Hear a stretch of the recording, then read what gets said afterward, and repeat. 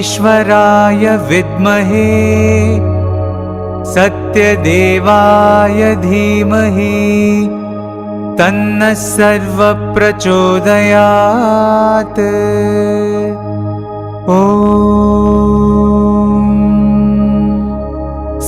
ईश्वराय विद्महे सत्यदेवाय धीमहि तन्नः सर्वः प्रचोदयात्। ॐ ईश्वराय विद्महे सत्यदेवाय धीमहि तन्नः सर्वः प्रचोदयात्। ॐ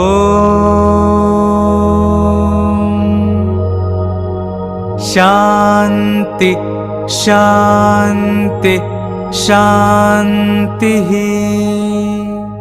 Nidhi Dattani. She is Assistant Professor at Srimati P.N. Doshi Women's College, Ghatkopar, and has been a visiting faculty at Nirmala Niketan and Dr. B.M.N. College of Home Science for PG Sports Science and Nutrition. She has done her BSc in Home Science and MSc in Ergonomics, and she is currently pursuing her PhD in Ergonomics. And she has carried out extensive research, and she's also a self-taught artist. She has guided and published many research papers, and her most recent project was on online teaching in higher education, faculty's perspective, and it qualified in the top 10 for a nationwide research competition with more than 200 entries. She has also been part of training and stress management projects among the corporates. As an artist, she has curated theme-based art installations and gallery walks with her students, and she is presently going to deliver a talk on exam phobia. I know this is the season of exams, and many of you children must have either going to have the exams. I know some of you have already completed, but you'll definitely have many more exams in your life. And Nidhi is going to guide us on how we are going to cope up with the exam phobia. Sairam, and over to you, Nidhi. Sairam Auntie and everyone present here. Thank you for having me here. I was indeed very honored when Ekta sent me a message, but due to certain circumstances, initially I was a little hesitant. But I think when the God wills, He also finds a way for it. So thank you for having me here, Auntie. Before I take over, I would just want to know: do we have the participants from school? All of them are from school. Do we have anybody from No. 11, 12? All school. That will be school, college. Okay, college as well. All right. College as well, because Okay, there's a wide age group in group 4. Oh, so okay. Yeah, you can start from 13 years and Okay. it can go till 17. Because once you reach 18, then you're put in Thank the you youth. so much. Thank you. With your permission, may I now share my screen? Yes, Am I please. audible enough? Am I Yes. audible? Yes. All Thank right. Dear students and everyone present, a very good afternoon once again.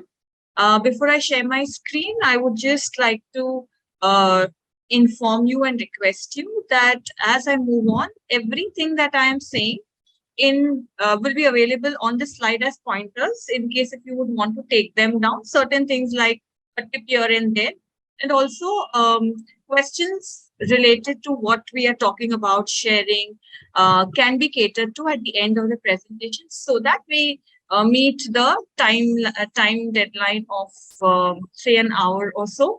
So I shall now share my screen. In case if you're unable to see the slides running, please do let me know.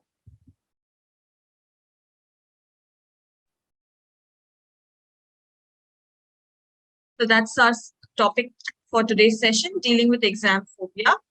Now, before I move on to saying or talking about exam phobia, we need to understand what this exam phobia is. In today's world, there are certain terms that we use very interchangeably, and we think that all these words mean the same. One of the common things or the common word that we use is stress. You know, for everything we say, I'm stressed today. Do we? If yes, put a thumbs up on the chat box if you can. Do we say we are stressed all the time? Exam or no exam? Yes. If you are going to travel on a particular day, you feel that, okay, I'm stressed because I have to pack before I leave. Or if you have an event in college, you say, I'm stressed because tomorrow is an event. Or if you're participating, you're saying, the next day, the previous day, the eve, you feel that you are quite anxious about your participation or your competition. So every time when we are participating or we are challenged with a new circumstance, we generally have a response to it. And these responses are termed as stress by all of us because we don't understand the term stress. And when we use this term stress constantly, we are feeding in our minds that there is something unnatural and something unpleasant that we have to deal with, which is not so all the time. And therefore, exam phobia as well is a part of these categories where we constantly feel something unpleasant is going to be faced by us, which is not true. Exam phobia is basically a result of three things that we are undergoing. The first and the foremost is the term stress. Okay, we will see what those terms mean. The first thing is stress. The second thing is phobia. And the third is anxiety. These are the three things that consciously, unconsciously, voluntarily, involuntarily, we are processing in our mind, because of which the final result is some unpleasant feeling that we are dealing with just before a challenge situation that we are to face. In this context, the challenge situation is our exam. Am I being understood? Are you understanding this much? Yes. Anyone volunteer saying yes? Yes. Oh, okay. Cool. Thank you. Now, moving on. Is my slide has my slide changed as well? Yes, yes. Okay. So the first term that is there is stress, as I said. The second term after stress is phobia. And the third is anxiety. Now, these three terms finally bring in so much of change in our mind, the way we think, that we feel that everything that is coming our way is a test and is a challenge, not realizing that we are well in advance prepared for it. So what are these three things? Let's understand to finally understand the product, which is exam phobia, that we're supposed to deal. Anxiety is a body's response to a feeling of fear or apprehension about something that is going to come.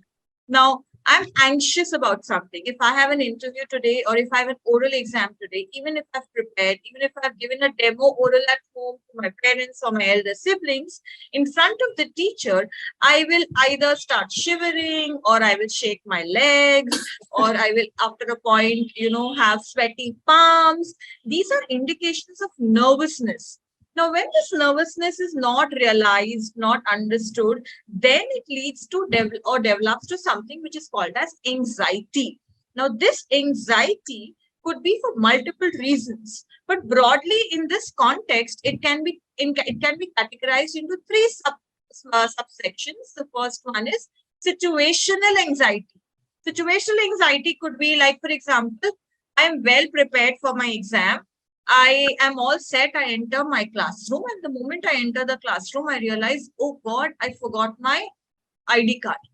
Now, if I've forgotten my ID card, it is important for me to carry an identity card before the exam. It is important for me to carry maybe a well-equipped stationery box. But either of it, if I'm missing, then it causes some anxiety, which is indirectly related to my exam. What if I'm not allowed to give the exam because I don't have my ID card? What if I am asked to wait for half an hour as punishment? I will lose half an hour. I will not be able to complete my paper.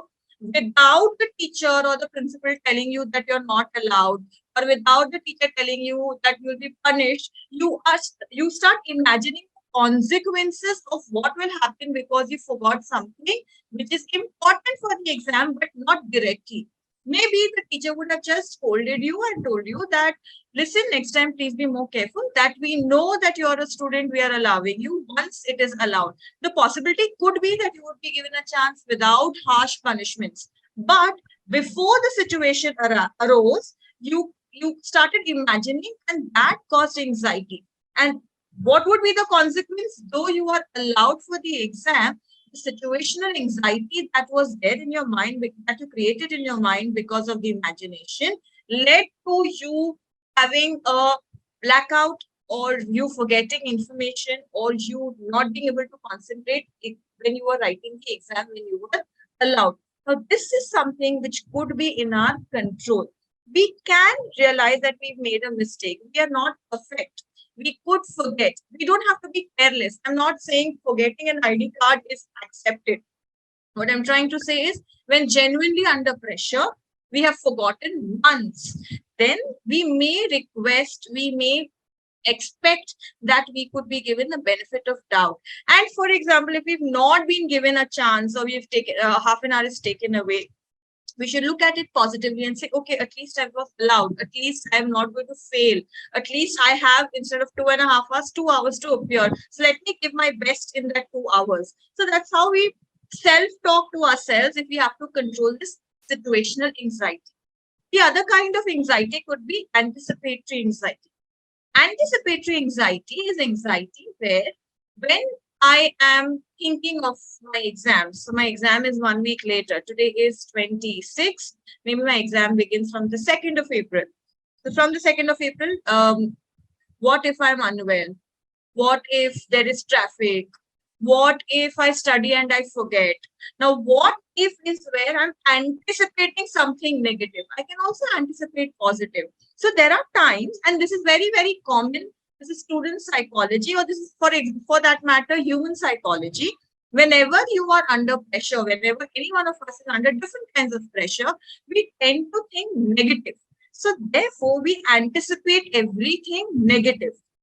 I am not saying it's very easy to remove negative thoughts or imaginations from your mind. But at least if I'm thinking negative, I can also tell my mind, okay, what could be the positive of it? Or what could be the good thing of the bad that can happen to me? So anticipate. What if I get late every day when I'm going, there's traffic and I get late? I will leave 15 minutes early to ensure that I'm on time.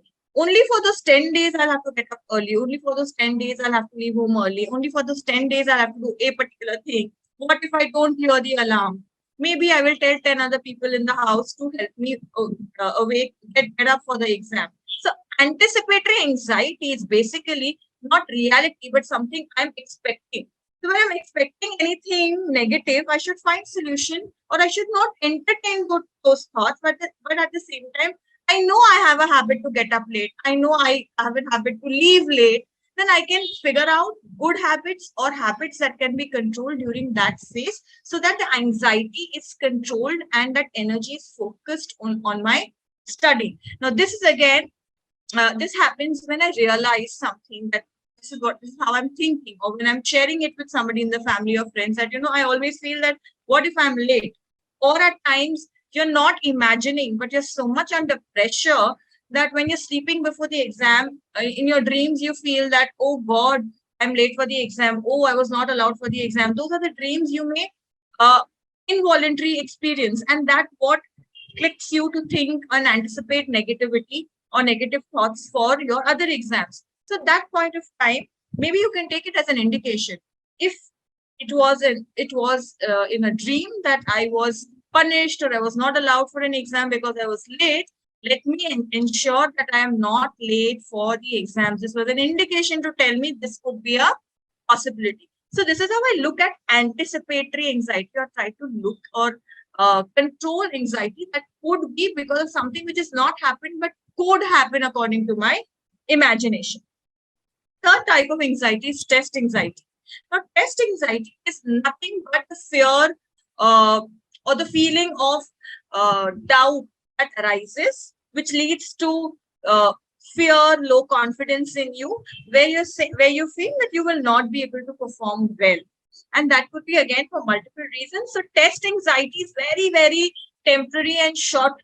For a short duration of time, and it just happens before the exam, or just when you're entering the examination hall, or on the day of the exam, where you're not confident, not because you haven't studied, but there could be other reasons. There's lack of sleep, there are expectations that you think you have to meet.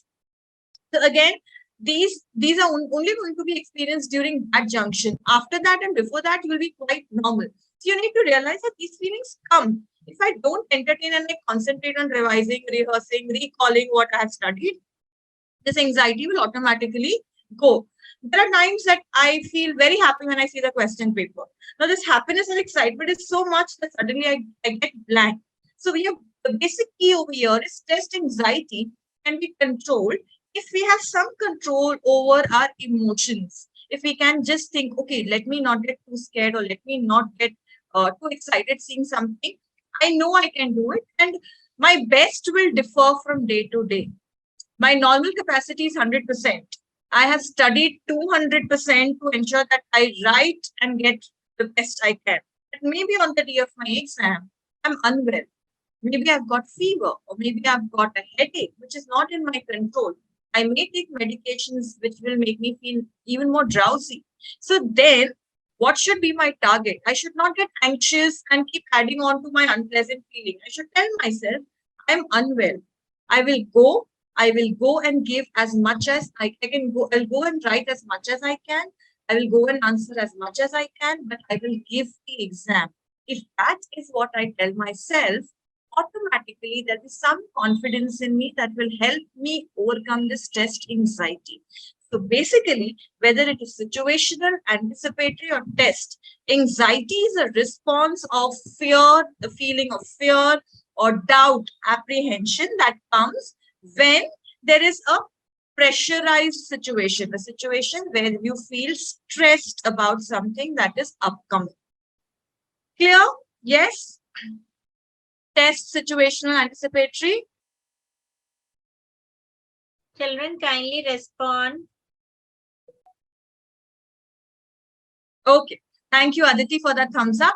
And after you are anxious, if anxiety is not controlled, if anxiety, you don't realize that you are anxious, because when you're anxious, we never think of it as anxiety. We always think that we're stressed. Okay, मुझे गुस्सा आ रहा है because मुझे stress हो रहा है. मुझे तबीयत अच्छी नहीं लग रही है because मुझे stress हो रहा है. Every time when something is happening to me, I in general use the word stress. But I need to understand that there are multiple other things to stress. That is because of stress, or that leads to exaggerated feeling of stress. So anxiety is one of those stressors. Now, anxiety, if it is not understood and not controlled, will further lead to a deeper feeling of what is known as phobia. All right. Phobia is slightly different from anxiety. Anxiety is something that you experience because of a situation that you're going to face. That is why it is called as anxiousness. You're anxious about something that is going to come. Phobia is basically an irrational fear about something that may cause you harm according to your thoughts. It is not necessary that it will cause you harm. Now, I am phobic to water. There's aquaphobia there. What is aquaphobia? The water, I drink water every day to survive. Okay, when I'm drinking water, I'm not phobic to water. When I'm taking a bath, I'm not phobic to water. But when I see an ocean of water, or when I am expected to sail on a ship or take a boat ride, I feel, I feel that this, what if I fall in this water? What if I get drowned in the water? What if the sea waves pull me? Now, when I'm on a boat and the boat is not going to topsy-turv, how am I going to fall in the water? What if that I take a boat ride and come without it, the waves really harming me, but in fact making me feel more pleasant with the sea breeze? So, phobia sometimes is a irrational, impractical fear which is developed cognitively or in your mind because of certain experiences or conditioning of the mind.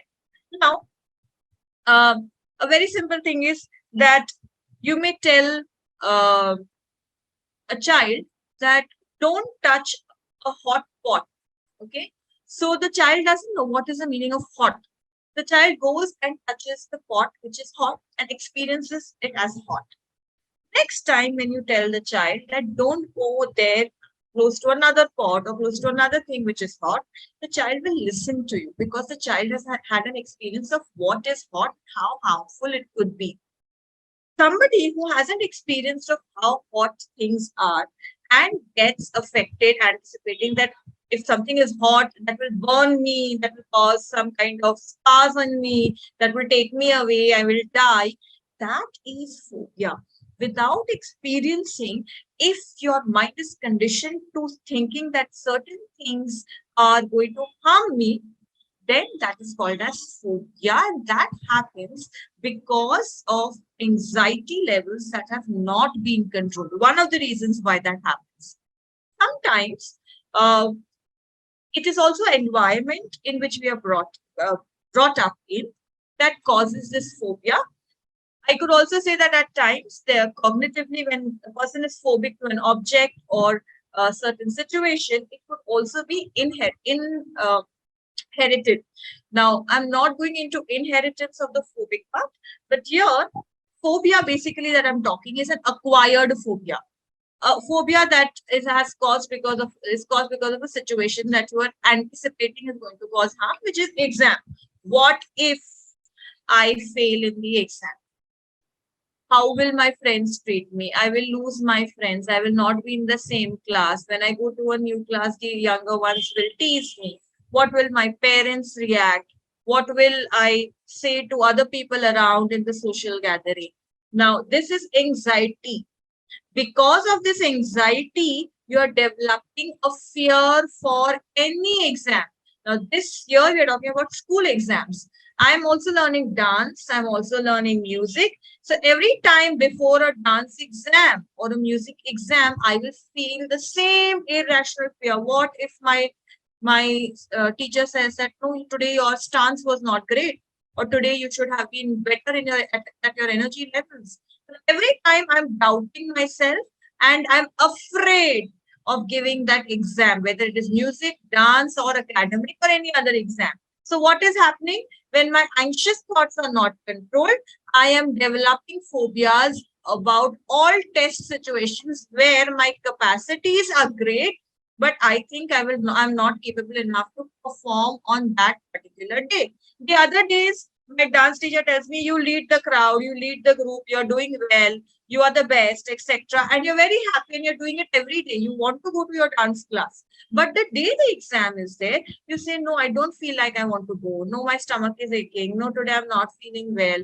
No, what if I don't perform well? No, my expectations are higher, but I don't think today I have the energy. Constantly you're developing a fear not for the dance, but for the test that is associated with dance, and that is because of anxiety.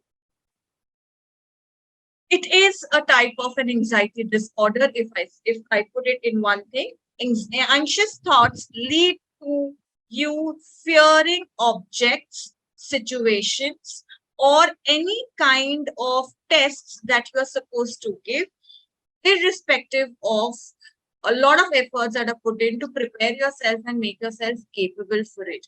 So exam phobia is basically an anxious feeling that has developed into irrational fear in your mind because of your past experiences about that situation, or because your anxious thoughts have not been controlled well in the past.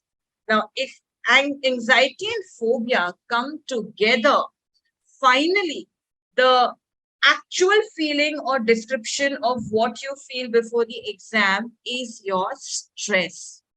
And that is exactly where we constantly use the same term interchangeably. I'm anxious, I'm phobic, I'm stressed. The most common one is the stress. For everything, we use the term stress.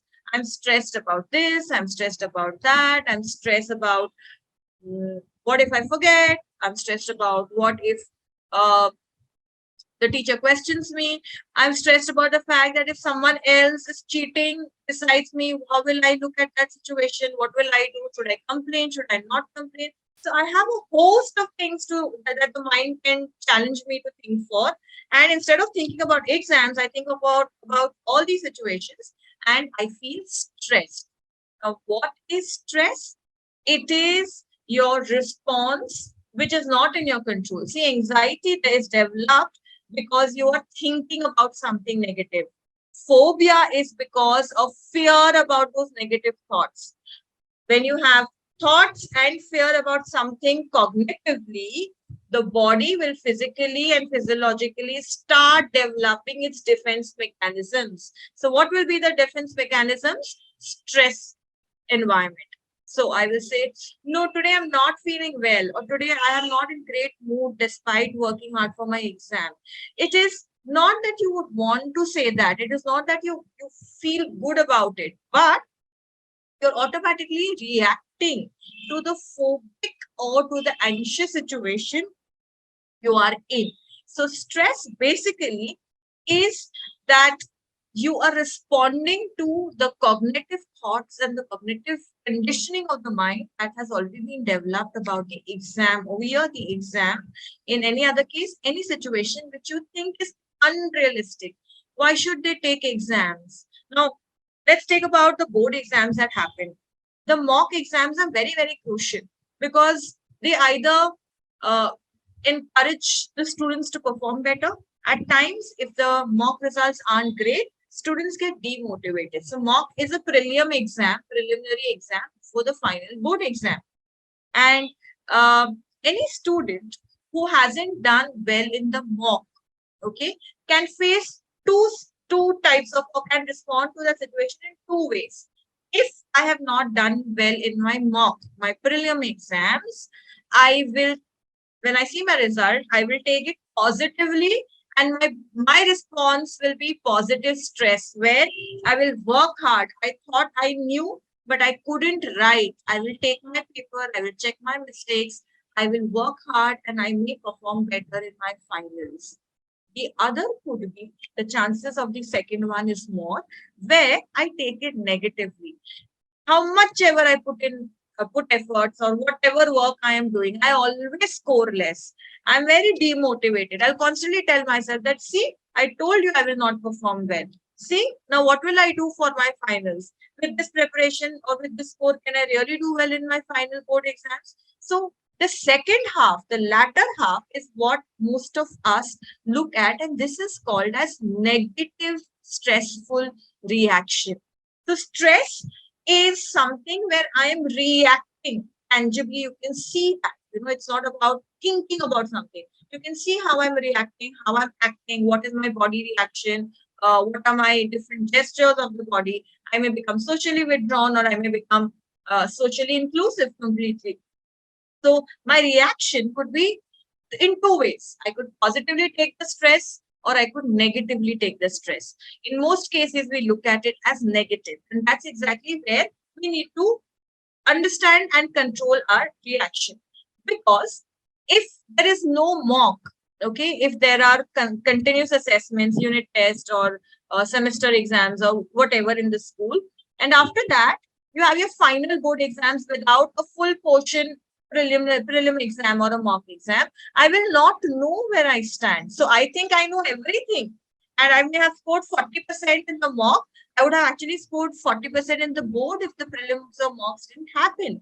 So let me look at it positively that I thought I knew. But this is where I don't know. This is where I Bajra, BJP. Bajra, Jogara. and that's exactly where I will need to look at it more positively. So if stress is not looked at positively, then I will not be motivated enough to work. But it is not about stress. It is actually what causes stress. So stress is caused by something which is called as, okay, I will just come back to this slide afterwards. Stress is caused with something which is called as stressors. All right. Now, if there is no exam, how many of us are really going to attend classes seriously? If there was no competition of 90%, 80%, how many of us would actually work hard to score well and push ourselves to think and have a higher order thinking? None of us. So when there is some level of competition or when there is some level of a benchmark that we have to reach, automatically we start working hard for it. So stress is caused by certain components in the environment. It could be anything. It could be physical, it could be physiological, it could be cognitive, like a competition. So whenever there is something that you have to achieve, all right, that is also a stressor. Stressor causes stress. But how do I look at stressors, or how do I look at stress is on me. Stressor over here is defined as a biological, chemical, environmental, external stimulus that will cause a change in my behavior. Now, I love going to movies, but my exams begin from the second. And my favorite actor's movie is being released on the first itself. I have to make a choice. If I have to go, or if I want to go for the movie, I can go, but I must finish my work and I must be all set for the exam before I go for the movie. Or else I can anticipate that the movie is going to stay for another 2 weeks or 3 weeks. The movie can wait. If the movie is also gone down the theaters, I can still watch it online. But if I miss an exam or perform poorly, I may also lose a year. This is where I look at the stressor. The stressor is the movie, not the exam. But I look at exam as the stressor. I feel, अरे exam में इसलिए movie नहीं देखने मिल रहा है. Movie तो हम बाद में भी देख सकते हैं. Exam important है. So priority wise, we should first identify the stressor and then react. अरे हाँ movie है, but movie तो मैं कभी भी देख सकती हूँ. Exam को तो मुझे अभी exam dates तो मेरे लिए change नहीं होंगी. Exam मुझे अभी देना है.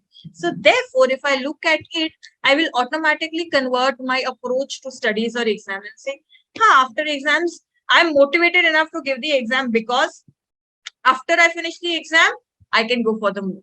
Or after I finish the test, I can go for the movie. Instead of thinking it negatively, because of the exams, I'm not going for the movie. So if I look at a situation differently, the stressor or the stress situation or the test anxiety changes into a different approach. And that brings me to my previous slide, where I'm looking at stress in two ways. One is positive stress and the other is negative stress. Positive stress is basically the stress or anything that acts as a stimulus for you to do your job well. All right. So if you are supposed to have an exam, that's exactly how you're going to take your studies seriously. Now, during COVID, most of us had shifted from offline to online mode of teaching learning. And there, instead of subjective answers, there were MCQs, multiple choice questions. And on a broader platform, the MCQs are easier to answer. Of the 4 options, you have to answer the most appropriate one than writing subjective answers. So when I look at that situation, students didn't really fear exam as much as they feared them in the offline. Because 4 options है ना, उसमें से एक तो पता चली जाएगा, ये नहीं तो ये. Logically, I can answer. I don't have to study as much as, or I don't have to write as much as in the offline. So when you look at something more positively, then, or you understand the reason behind it, then it is called as positive stress. And stress is not bad at all. If there is no stress, your stress is not pressure in a negative way. Pressure that can be handled with your own capacities. So if I know that I have to submit a project which has been given to me 10 days back, I don't have to utilize all the 10 days, or I don't have to do it on the first day itself. But I can imagine and I can work out, अच्छा ये project को मुझे 4 दिन लगेंगे. I can do it in the first 4 days. I can do it in the middle days, where I say from the 2nd and to the 6th day, or from the 5th to the 9th day, or I leave it for the 9th day evening or night, where I realize अरे कल project submission है. Now when that situation comes, the stressor, how much ever positive it is, becomes a distress. We leave it, we procrastinate, we will do it at the end, we will leave it till the last moment. That's when something which was actually for developing, enhancing your skills, your creativity, higher order thinking, has now been converted into something which is very distasteful and is called as negative stress, which is distress. So if stress has to be handled, you have to handle it the moment it has started occurring. It has started, you start realizing that, no, now this is pressurizing. Okay, what can be done? Okay, can I have a simpler way to do it? You don't always have to look at complicated ways to do it. What if a project was given to me and I was all set to do the project in advance, but I fell ill? Well, that's not in my control. There's a medical emergency at home. That's not in my control. I couldn't really work till the end. The prerequisite for passing in the project is that I'm at least to submit it. अगर मैं submit करती हूँ तो मुझे passing marks मिल जाते हैं. फिर creativity, content, अलग अलग लेवल, प्रेजेंटेशन के लिए अलग अलग मार्क्स है. चलो कंटेंट के लिए, क्रिएटिविटी के लिए, प्रेजेंटेशन के लिए मुझे शायद कम मार्क्स मिलेंगे, but at least here I can pass. So I need to find out simpler solutions when I'm in a distressful situation which I could not control earlier. But if I have 10 days and everything is fine, then I should plan in advance so that I don't convert a positively stressed, eustressed situation into a distressful one. Because if that happens, then finally that stress leads to future anxiety. Next time when a project is given, you start becoming anxious. Third time when the project is given, you become anxious. Fourth time, fifth time, finally at the end of 6th or 7th time, you develop a phobia. And that is where exactly the problem lies. If stress is maintained at moderate levels, then you are able to perform efficiently. Your performance can be controlled and your performance can be as per your expectations. But if there is no stress, as pass होना है, नहीं होना है, ऐसे भी बोला है कि अगर prelim में अच्छे marks मिल गए, final की चिंता मत करो, then you will take less efforts. Little stress, no stress, then it leads to monotony and boredom. अगर कोई challenging situation life में नहीं होगी, अगर 10th was not a challenge, 12th was not a challenge, getting admission was not a challenge, सब आराम से हो जाएगा, then कौन मेहनत करेगा? Then what is life? Life will become very boring. There has to be some situations where anxiety, where phobia, where stress has to be controlled. A challenging situation will help you to overcome boredom, which will set in if there is no challenge in life. So stress should be replaced with understanding life as challenges that come that we need to overcome so that our life is much more adventurous and productive, instead of looking at it as a very unproductive life and having constant anxiety levels, because we constantly look at it as a distressful life. Okay, stressors is done. Now, if stress, stress, anxiety, and phobia are put together in a stressful situation, if stress, the feeling of stress is not realized and it becomes a distress, it leads to something which is called as anxiety, which is a feeling of doubt or feeling. I'm not really saying that something is bad. I'm feeling once that, okay, I don't think this is a great exam or this is going to be a great exam. That is anxiety. If that is not controlled in the first exam or in the second exam, then every exam I will start developing that feeling and I will start having nervousness, or even it may lead to, if I'm too sensitive, may lead to nervous breakdowns, and that may cause phobia. कि इसको exam phobia है या बच्चों को आजकल exam phobia है. That is because the earlier thoughts have not been channelized correctly. So then that exam phobia is a result of something which is called as exam stress, which is very situational, very test anxiety category, where you are afraid of not the teacher, not the content or information, not your parents, but the situation of going to that class and writing the paper of something that you already know. So exam stress is the feeling of tension and worry that comes from test taking situations, and you feel very anxious, fearful, doubtful, underconfident, because the situation is challenging, but you feel you are not equipped to meet that challenge despite preparing yourself for it. And this becomes problematic when it leads to the phobia, where you don't want to face the situation because the body has developed a defense. Because the stress, the defense is, छोड़ दो बच्चों को, stress मत दो, बच्चे stress में है तो एग्जाम मत देने दो. So what will happen? First exam not allowed. So you felt very great that during that day, अरे मैंने आज मना किया तो मुझे घर से बोला कि मत जाओ. खुद पे इतना प्रेशर दे के एग्जाम देने की जरूरत नहीं है. तो पहले दिन the body got a very pleasant response from the family that I am not allowed to go. Tomorrow I'm studying for the exam, but in the morning I feel stressed, I feel anxious, I feel phobic. आज भी नहीं जाना है, मुझे नहीं लगता मैं पास हो पाऊंगा या पास हो पाऊंगी. ओके मत जाओ. तीसरे दिन मत जाओ. आपने पूरी एग्जाम नहीं दी. ये पूरी एग्जाम जो नहीं दी, चलो उसके लिए आपको 1 साल शायद रिपीट करना पड़ेगा, 1 साल बाद दोगे, वो भी अगर मैं समझ लूं. बट ये सेम ट्रेंड आपकी सारी एग्जाम्स में हर साल आप रिपीट करोगे अगर ये अभी कंट्रोल नहीं हुई. मैं ये नहीं कह रही हूँ कि आपको अगर एग्जाम के टाइम एंशियसनेस या नर्वसनेस हो रही है तो आपको जाना ही चाहिए. If physiologically or if medically the doctor says no, today I don't think you should send the child, it is all right to take a break once in a while. But if you constantly make it a habit, if it becomes a habitual situation to not face exams because of anticipating that you will not do well and it interferes with your final performance, then it is exam phobia, and that has to be or that calls for professional help. You need certain counseling, you need certain medical help to overcome.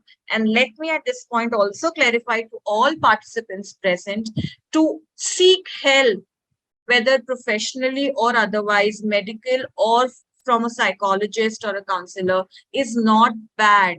Let's all accept that we all get tensed, we all get stressed, we all may have different fears based on our earlier experiences, childhood experiences, conditioning of the environment.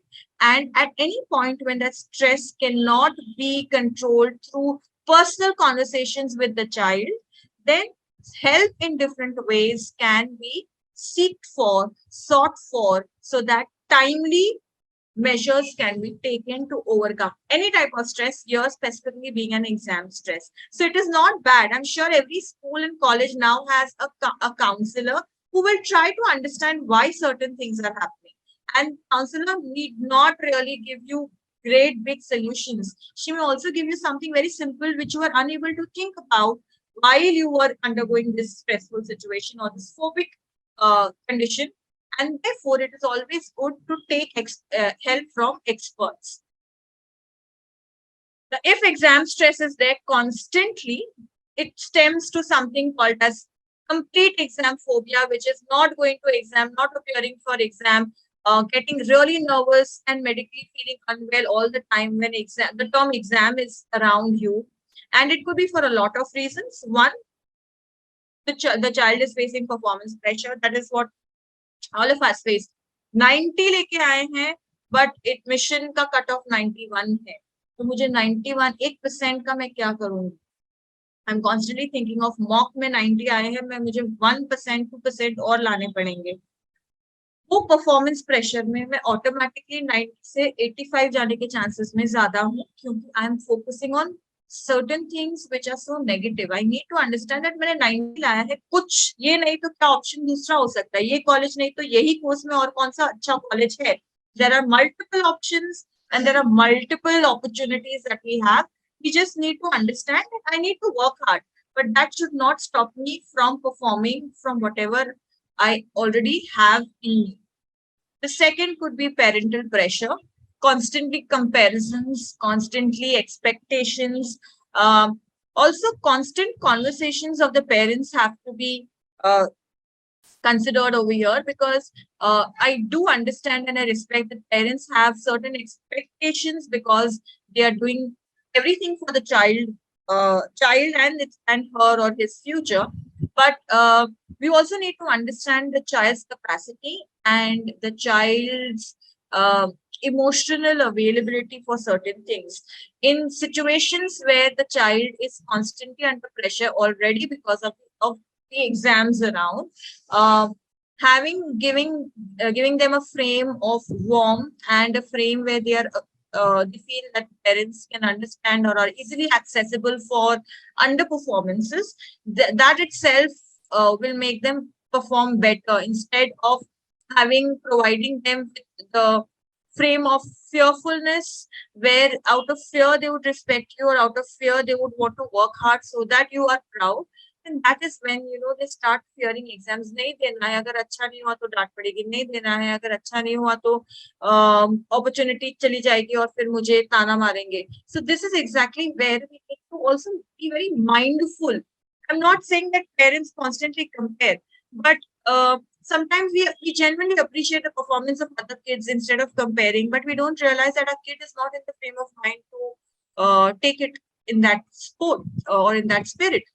And therefore, we need to be a little more mindful so that parental pressure is at least eliminated as a contributor from exam phobia. And also, there are times where children start misunderstanding conversations because of a certain context. So I think being the elders of the family, we have to take the initiative to strike a conversation and ensure that the misunderstood statements are clarified before the exam. Another great contributor to exam phobia is peer pressure, where we feel that constantly my friend is doing well, she's going to that classes, she's doing this, she's doing that, she's sitting with the book for 5 hours, 7 hours. That should be eliminated. What is my capacity? Maybe I'm very good at language, and maybe my friend is very good at maths. So therefore, her science and maths is good. My language and my other subjects, my social sciences are better. And that could be a possibility. I don't have to be a master of all trades and I don't have to be a master of all trades, because then I will need to become a jack of none. And I better look into what, I'm not saying don't work for science and maths. If I'm good at a particular thing, I should work on it to make it better. I should not stop and focus on something which I'm not great at. But I should ensure that I put enough efforts so that I'm at least getting enough marks to survive a competition that I am supposed to face. And everything can't be a competition. So I need to know my priorities. I need to know where I can score well. If I am scoring less in maths, what could help me score better in other subjects so that at least my percentage is higher? That's how I look at it, and I should plan my schedule for studying or my components of studying. This is very easily observed in children today. There is low motivation level constantly because of, I also feel, the schedule and the timetable of children, right from getting into a school or a college. The whole day spent in school or college, coming back, doing homework, going to classes, finishing off extra curricular classes that are there apart from studying. At the end of the day, the child is so tired that he's just not motivated to do anything else. And at the end of the year, when exams approach, which is tail end of the year, the motivation levels are even down, because when they look back and they reflect, वापस से वही repeat किया है पूरा cycle, वापस से वही repeat होगा next cycle. They constantly feel that there is boredom, there is monotony, and the motivation levels are low. This is one reason why children don't want to really perform well. Besides, the only factor that I need to get admission and I need to become a topper in my school or college. Besides that being the reason, there are no great reasons for them to study. Very few children want to study because they want to ask or they want to know certain things or they want to get into something where curiosity is catered to. And therefore, low motivation levels cannot be handled with, in today's life, low motivation levels cannot be handled with things like, okay, you finish, you get a 90% and I'll give you a mobile, or if you if you get a 90%, I'll give you a chocolate. Now, these are very temporal things to, motivate the child. That those things don't last for long. Those motivations don't work for a greater time. And therefore, to increase or to make the motivation levels much more higher in children or students, I think one thing is giving them a more healthy and free environment where they are also allowed to choose what they would like to do, with, of course, guidance of parents and elders. And okay, you don't need to do dance. What would you like to do? I would want to play basketball. Or if a child is playing cricket, very often, I see parents saying that नहीं अभी 8th के बाद cricket इसका बंद करवाना है क्योंकि पढ़ाई में ध्यान नहीं दे रहा है, या पूरा दिन क्रिकेट खेलेगा तो पढ़ाई में कब ध्यान देगा. So you remember that the child is spending 6 hours, 5 hours, 6 hours in school, coming back, going to classes, coming back, studying. Only twice in a week he's spending 2 hours for something he's liking. If you give that permission very willingly, not after a lot of fights and arguments, but if you give it very willingly, then the child will be more willing to do or give the exam and will not fear, because the child will also feel that, okay, I'm allowed. So I also have a responsibility to ensure that my exams go well because I'm allowed to play something that I'm also liking. So there'd be a balance between that, and that could also increase. And beyond that, I think constant measures are taken in school and colleges to get self-motivated. So that would also add on to ensure that exam phobia is controlled. Lack of preparation is something which is always there. And that's because poor academic skills of preparing for exams are adopted by students. We constantly keep learning, we constantly keep looking at and staring at the books for hours. So there are different ways which I've put in my other slides, tips to prepare well, so that if you're prepared well, automatically you don't really feel very scared before the exam, and you can at least prepare, you can give your exams well. Anxiety, nervousness, fear discussed in length, of course, that leads to exam phobia. And the last one is irritation and intolerance. Constant change of environment. This happens especially when a child is shifted, child belonging to a family where there's transferable job, and the child is shifting schools and colleges every 2 years, 3 years. This constant disturbance in the schedule, in the content, in the boards. Okay, so this also leads to a lot of irritation, and at times there are multiple factors. I'm just touching upon a few dominant ones. There could be a possibility that a child feels neglected in class, a child feels not heard in class, a child feels that somebody else is the favorite of the teacher, and that's also when exam phobia stems. So I think sometimes we are very intolerant to certain things, and these things should be spoken about with people we are close to ensure that the child doesn't feel. So, for example, if I feel that my teacher is not going to give me marks because she does not like me as much as she likes X, Y, and Z, this has to be spoken about. If the child is facing, any student over here is facing something similar, it may not be true, it may be true. But if you talk about it to your teacher or to your parent who can channelize this conversation, at least you'll get a reality check that if the teacher is told, the teacher will ensure that you don't feel that. Or if the teacher is told, maybe she will get back to you and explain that she doesn't feel that, and that will make you confident. So sometimes these conversations also ensure that you don't feel phobic. But yes, these things happen that also make the student basically withdraw from giving exams. And that's exactly what stems to phobia. There are multiple other reasons why exam phobia comes in. One is if you have poor health, there are health issues, medical issues, you're constantly on medicines.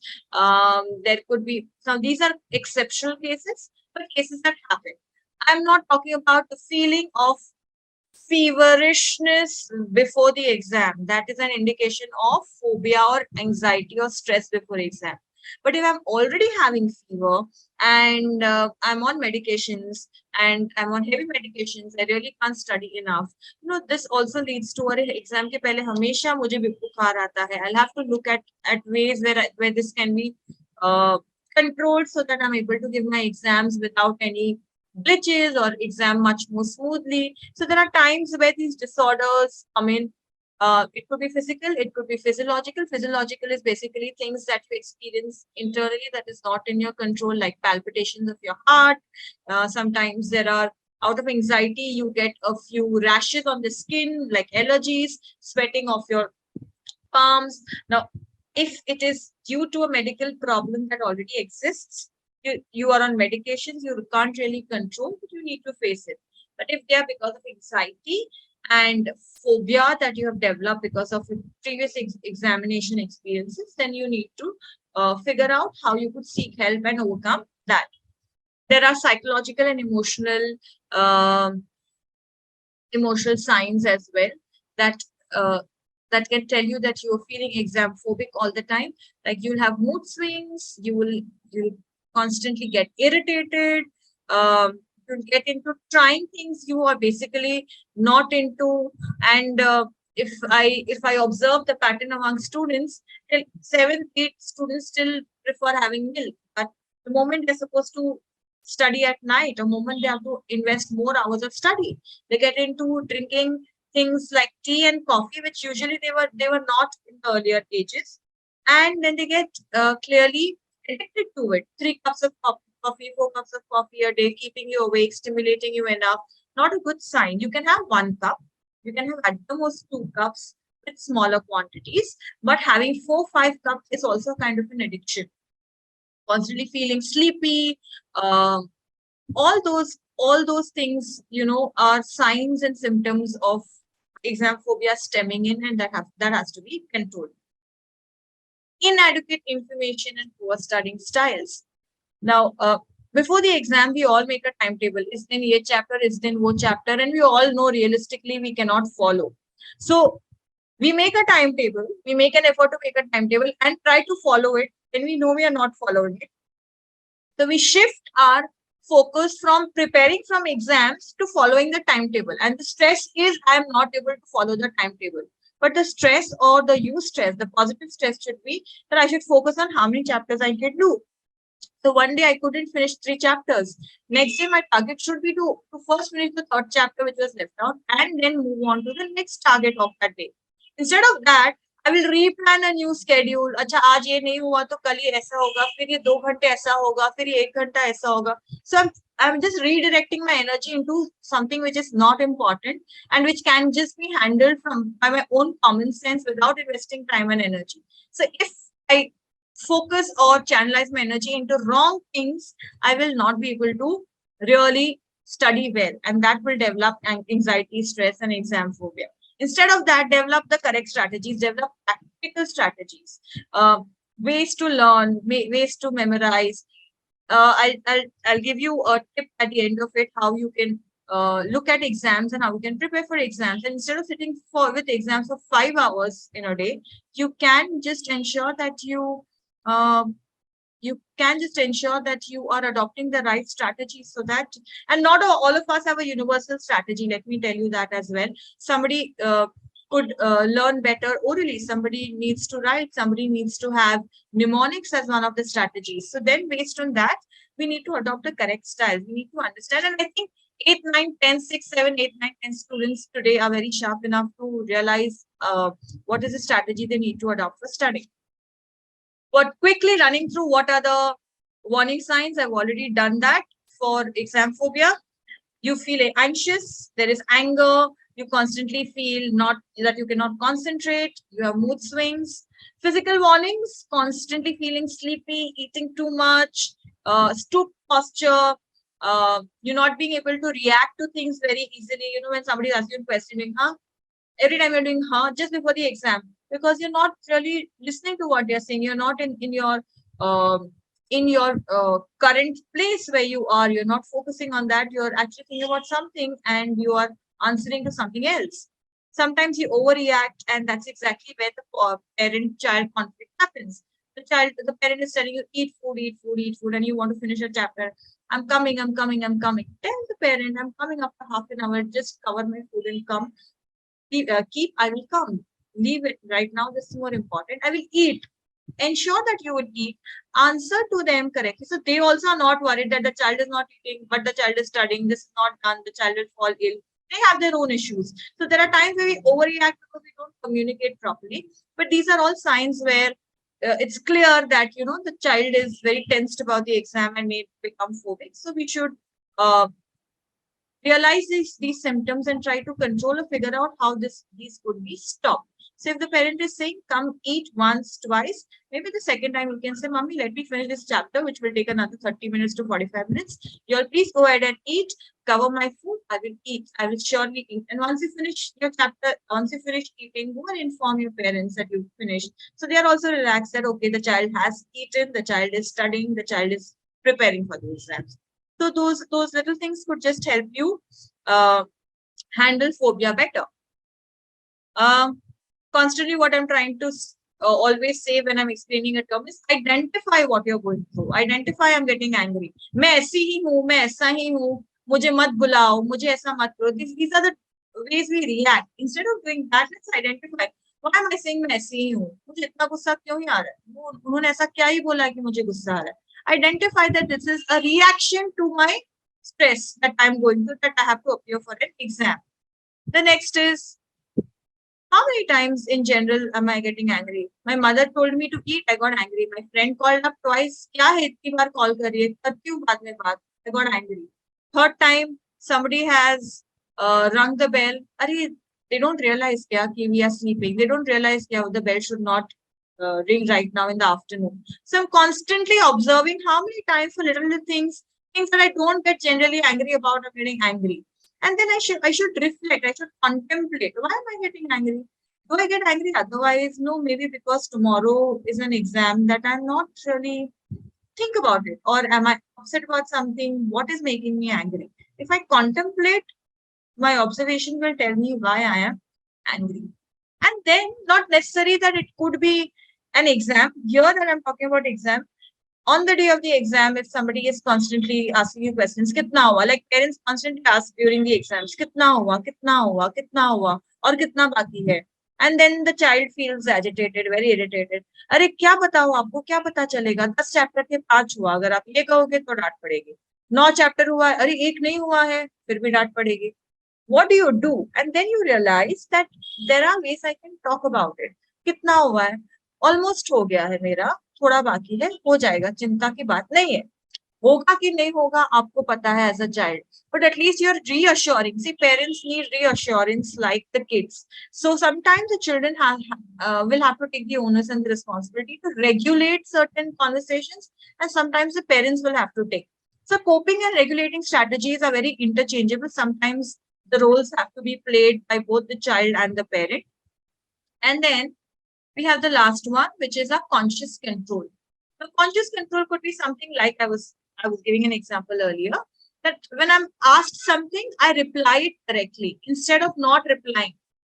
So if the parent is saying we are waiting for you, are you coming for dinner? Are you coming for dinner? You're not replying. So the father gets angry or the mother gets angry. Why are you not replying? So instead of that, if either the parent understands that he's studying, will come later, will not join right now, or the child says that please go ahead, I cannot join right now, then automatically that conflicting situation, which would additionally add stress or a fight or an argument in the house that would add on to the already existing stress, can be regulated, can be controlled. So reactions can also be controlled if we start observing why and how we are responding to that stress. So this is one way where exam phobic situations and stressors can be handled. And there are other tips which I'll quickly talk about or enlist. How do I deal with it? First, I should delete all my negative thoughts. I should unplug all my distractions. I don't say don't use phones. But if I'm studying for 2 hours and my break is looking at my WhatsApp and reels on Instagram and a conversation with my friends of tera kitna hua, mera ye hua, it's just going to add on to your anxiety. I would suggest all students present here, when you take a break should be something which is not distracting you from what you've already studied. So maybe listening to some music that you like, not very rock band music, but something that you like and that will just make you feel refreshed, or walk, watering the plants, taking your pet out, talking to your family members around, or maybe cooking a quick meal, helping your mother. Things that are different from your conversations related to or your work related to academics will help you do better and deal better. And also, don't constantly have your phone or any kind of medium which is distracting you while you are studying. Timetable, calendar, to each his own. Some people would want to have a timetable, some people would want to have a calendar where इस दिन science करूंगी, 4 दिन maths करूंगी, exam के 2 दिन पहले वापस वो सब्जेक्ट हाथ में ले लूंगी. That's up to you. There are other ways also you can study. You can, but make sure that you don't invest more time in your timetable than your studies. That's how you'll be able to deal it. If you've not been able to finish 4 chapters in a day as targeted, forget that one chapter. Either start from the 4th chapter on the next day, or do that chapter at the end when you take that subject before the exam. Don't reshuffle or don't bother about that one chapter and disturb your entire timetable for the other subjects.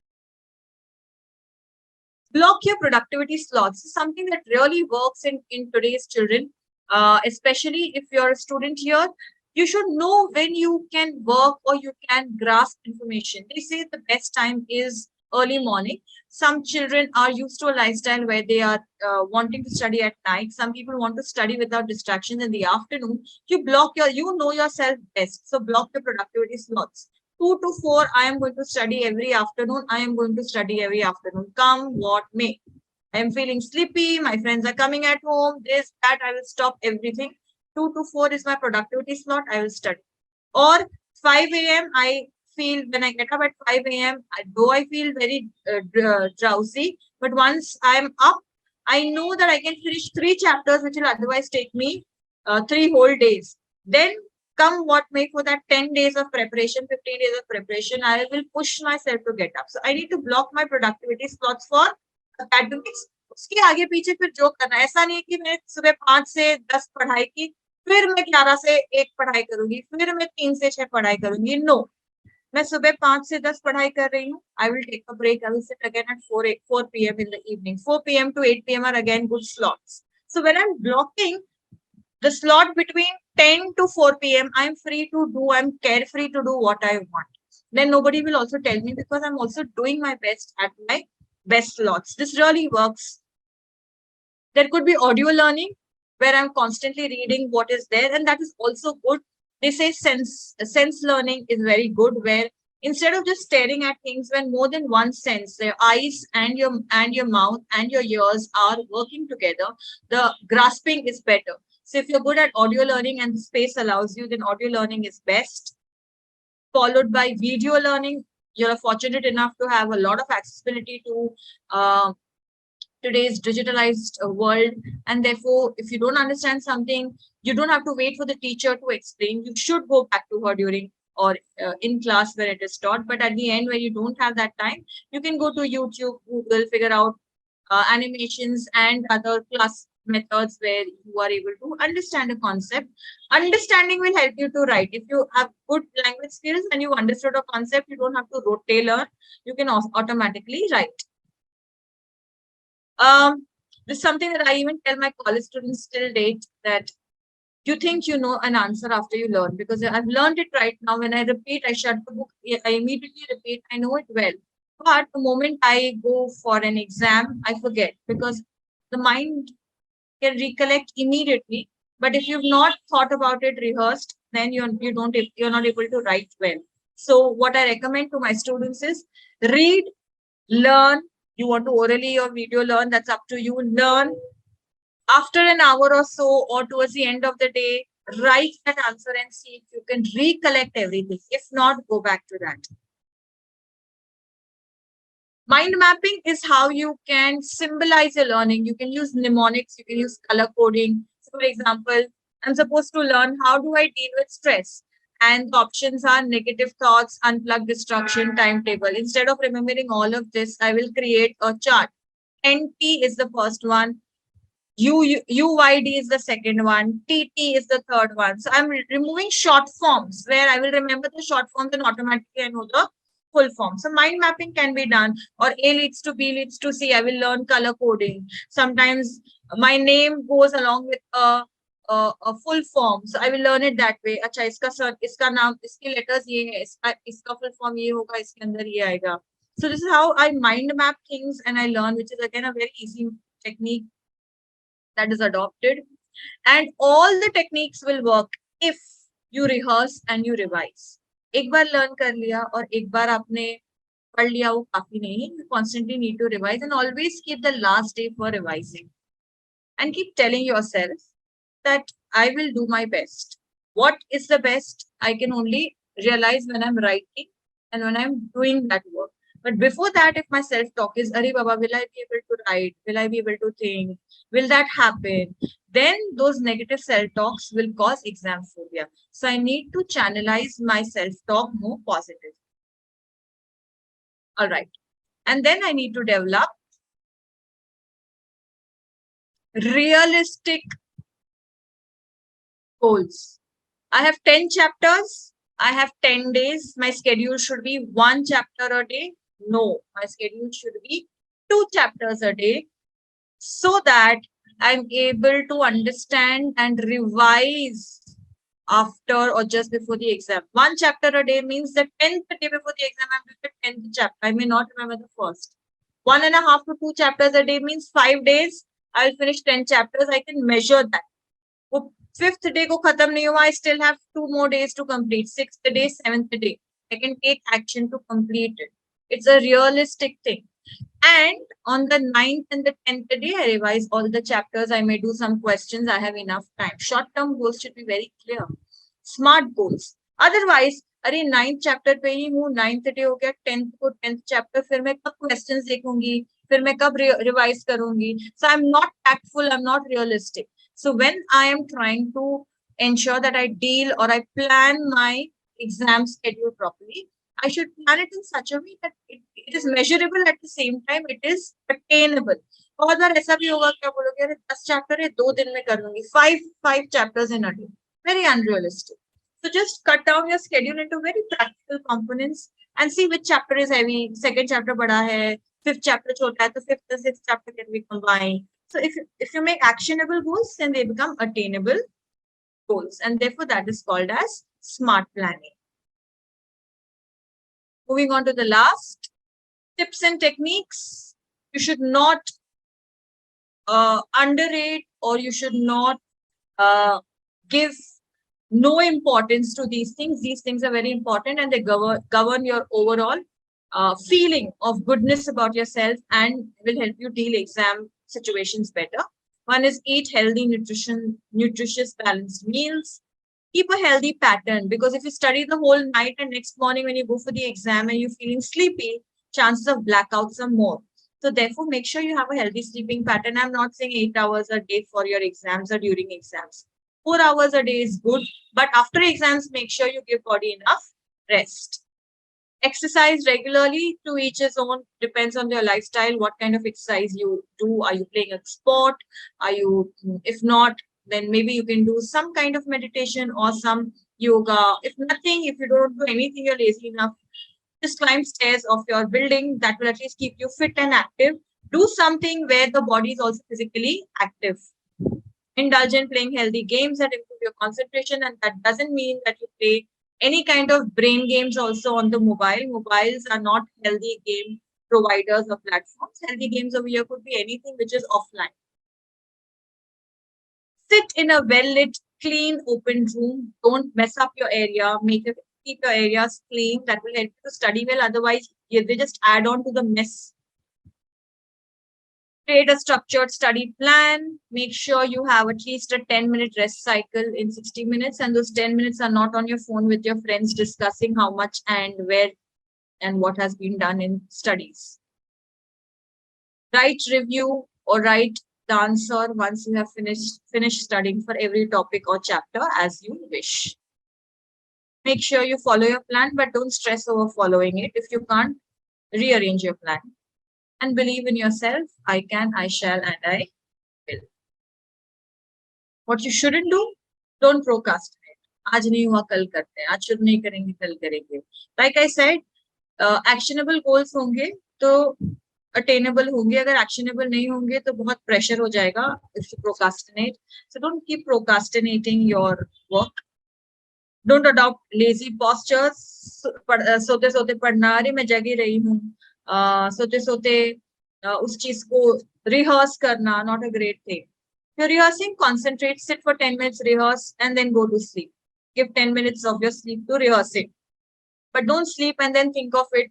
And then you will neither get sleep if you can't recollect, nor you would want to go and study because you're tired. So make sure you have good postures that you adopt.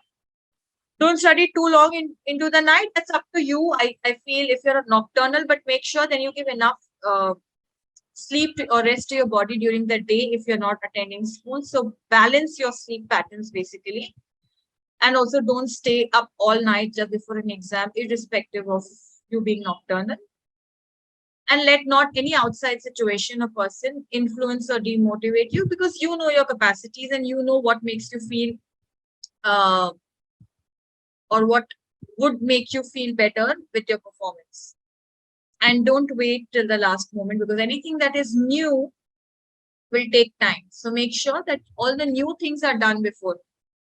First exam में जो chapters थे वो आप second closer to the exam date you can take up, but new chapters should be studied first because they'll take longer time. Some practical strategy can be adopted.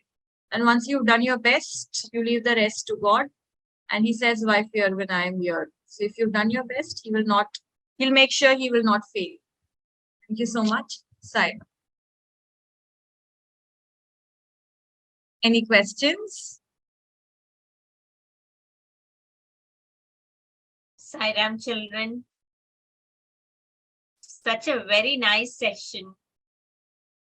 Thank you, ma'am. Nidhi. I'm sure the students have benefited. I hope I have not overboarded them with terms. No. It's very insightful and nice. Children, if you have any questions, you can put them in the chat box. Also, if any questions, ma'am, that in general, parents or anybody attending would want to ask on how to deal with certain things, that's absolutely okay. Okay. I think you can stop sharing. Yeah, I'll do that.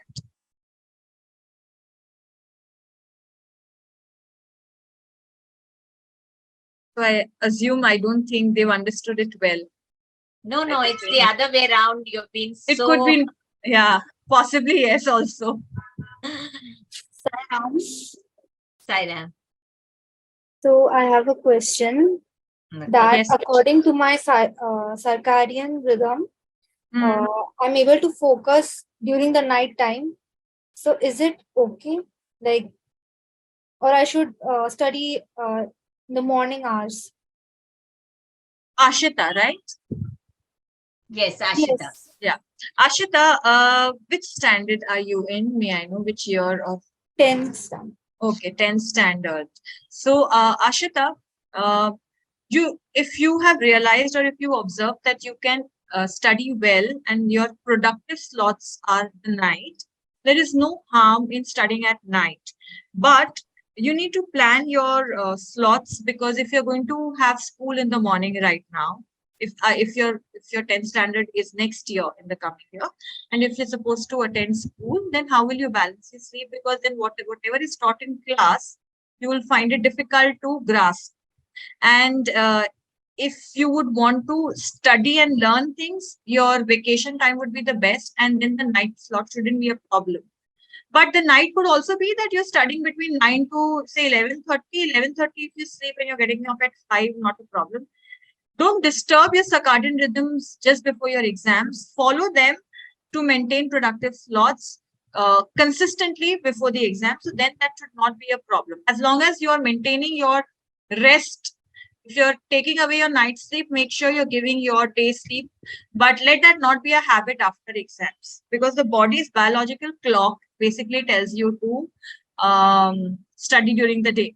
So in case if you are a nocturnal, I'm a nocturnal, I make sure that if I'm studying in a particular productive slot at night, then I make over after the exams are over in the later half of the week so that I don't disrupt my biological clock. So no harm, but make sure you balance it. Oh, okay. Thank you. It was a really nice session. Thank you, Ashita. Anybody else? And I think that I saw a message in the chat. I think Snehal has written, Sairam, I have been giving mocks for my main exam and the marks are not up to the point and they are decreasing. And this is leading to me developing a thought that I cannot do it. All right, Snehal, if you're here and if you're listening to me, mocks only give you, or they are there to give you a reality check of where you stand. All right. So let that not get, or let that not fill in the demotivation. Don't get demotivated. Take it as a feedback. All right. So I had said I'd share something with you at the end, and I think I forgot to do that. I can help you out by telling you two things. One, that you've given your mocks consistently and you haven't done well. That is because when you didn't do well in your first mock, you were very scared that your second mock will not go well. And exactly you focused on that, and that's what happened. Don't let the second or the third mock demotivate you for your final exams. What you can do is you can observe why you're getting scared or why you're getting less marks. I'm sure papers have been shown to you. Figure out, and why don't you learn the same answers of the question paper first and give an attempt and a self exam to yourself. You know, कि ये question paper मैंने इसमें से यही question पूछे थे, यही पढ़ो. Next day, give an exam to yourself for 2 hours, see how much you can write. And similarly, practice writing answers to every chapter. Also, there are 4 R's that you can follow. One is keep reading and rehearsing constantly, whatever is your chapter. Second is reflect on what you have studied. Third is recite what you have studied. And fourth is keep reviewing. Do I remember? So, for example, while I'm eating, you know, suddenly some physics concept or some maths concept has struck me in my mind. While eating, I don't have to really talk about it. While eating, I'm thinking, acha, this is this. Oh, great, I know. So if you review constantly and if you are thinking about it, maybe it could help you. But don't get demotivated. That's not the end of it. It's just a reality check to tell you that you can improve and you have time to improve. Thank you, Sairam. Sairam, thanks, Snehal. All the best. Thank you.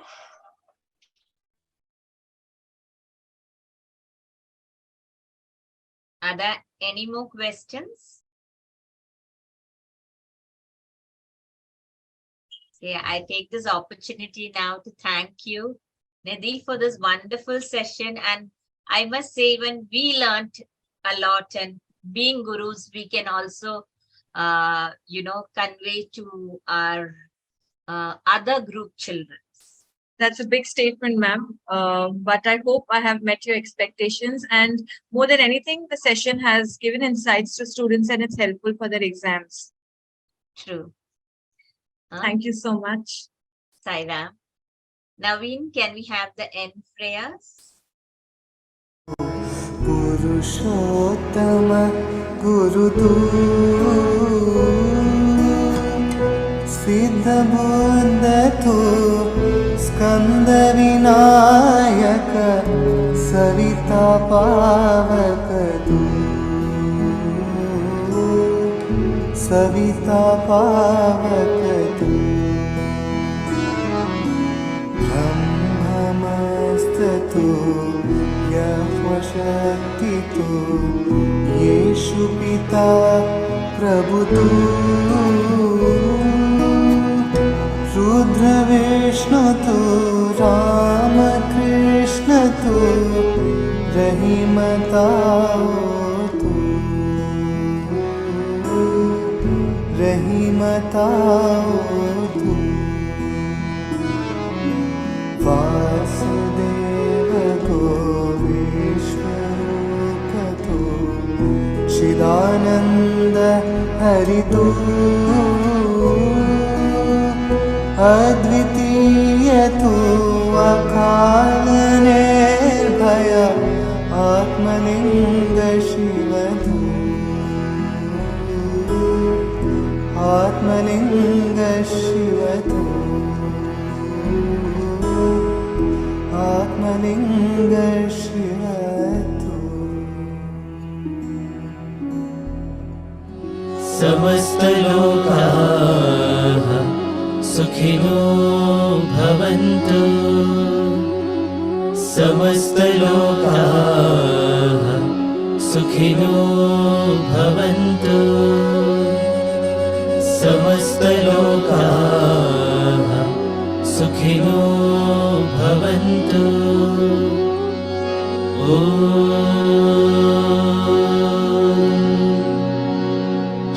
शान्ति शान्ति शान्तिः जय बोलो भगवान श्री सत्य साई बाबा जी की